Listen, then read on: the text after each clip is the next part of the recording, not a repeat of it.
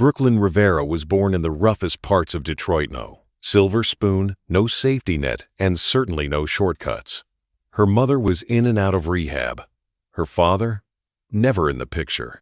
By the time Brooklyn was 10, she had already lived in 6 foster homes. Some were kind, others weren't. Every night, she stared at her cracked ceiling, listening to sirens outside her window, dreaming not of mansions or millions but of freedom. The freedom to choose her life, not be trapped in someone else's mess. At 16, Brooklyn dropped out of high school. Not because she lacked intelligences. He was sharp, street smart, and read everything she could get her hands on. But life had handed her a survival manual, not textbooks. She worked 2 jobs waitressing by day, stocking shelves by night, and still had just enough to pay rent in a shared apartment with a broken heater.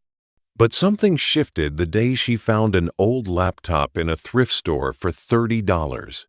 She started teaching herself graphic design from YouTube tutorials.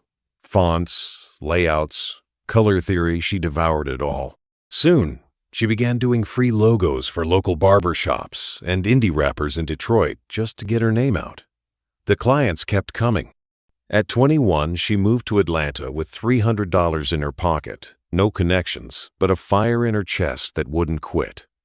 She started Bad Girl Studio, a digital brand agency with an unapologetic, bold aesthetic that matched her energy. It was edgy, loud, and real. Just like her. At first, no one took her seriously. A young black woman with tattoos, hoop earrings, and an attitude? Too ghetto, they said. Too loud. But Brooklyn wasn't interested in shrinking herself to fit anyone's mold. She leaned hard into her image.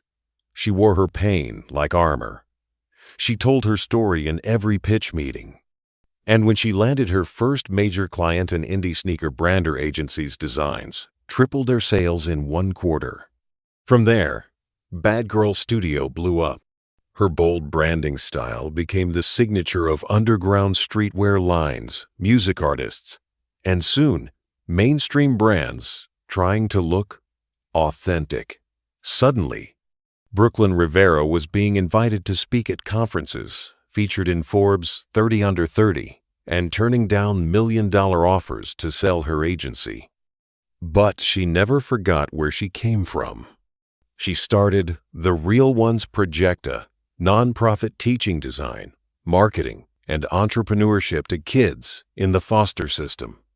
She built a co-working space in Detroit, gave scholarships, and mentored dozens of girls who saw her and thought, if she did it, maybe I can too. Brooklyn's success wasn't just in dollars or Instagram followers. It was in every girl who walked a little taller after hearing her speak. Every kid who chose creativity a crime.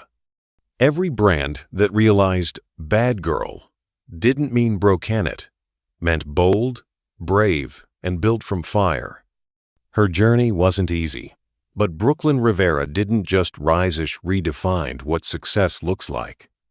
Because sometimes, the baddest girls come from the hardest places, and they don't just make it out, they make it big.